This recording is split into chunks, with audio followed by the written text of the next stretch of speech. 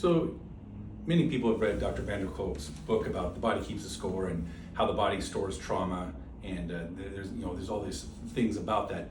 But we want to understand the process. Like, how do we say that the body stores trauma in a non somato-emotional way, and more of a concrete medical terminology?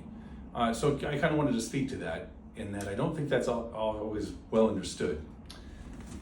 In organic chemistry, you have the basis of organic chemistry is the naming, and so there's a term, norepinephrine, and the nor in front of the norepinephrine, nor means without, and you have to ask yourself, well, without what?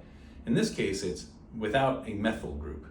So epinephrine, which is the hormone released by, or the neurotransmitter released by the sympathetic nervous system in times of stress, that causes you to have a fight or flight response, right? It causes a dispersed fight or flight response in the body, so norepinephrine. And it means without methyl.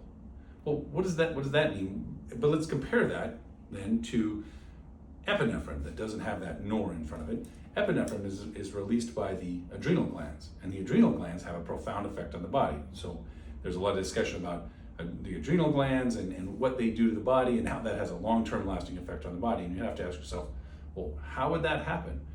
Well, if the sympathetic nervous system in general is releasing norepinephrine, but the adrenals, who have a profound effect on the entire body, including the brain and how we express our genome, our genetic material, it has a profound effect. So what's the difference? Well, the norepinephrine, nor meaning without the methyl, if the epinephrine actually goes into the nucleolus of the atom, or of the cell, and changes the DNA, it changes the genetic expression, and what it does is it methylates the DNA so that it stays changed.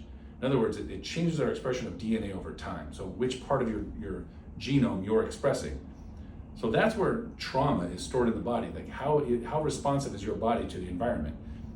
If you have a high adrenaline response, then you're going to lock that into your body through a genetic, and a hormonal to genetic change from your adrenals.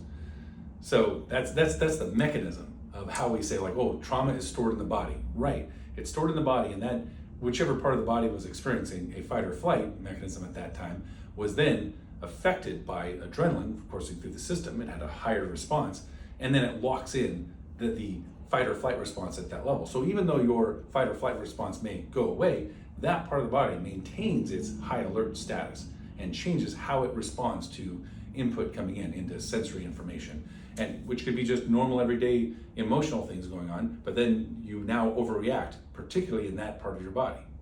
So that's really, when we say the body keeps the score, that's the mechanism for how the body really keeps the score, and that's how we get to that point. Like, well, we use adrenaline or epinephrine versus norepinephrine. Norepinephrine is just the normal, like, oh, your heart rate goes up because you see a police officer, and then you're like, oh no, never mind, I'm going the right speed limit, and then it all comes down and you're fine. It didn't change your overall actions, as opposed to an abuse situation where you see a dark alley and you start sweating and you have a really bad, like a PTSD response, so to say.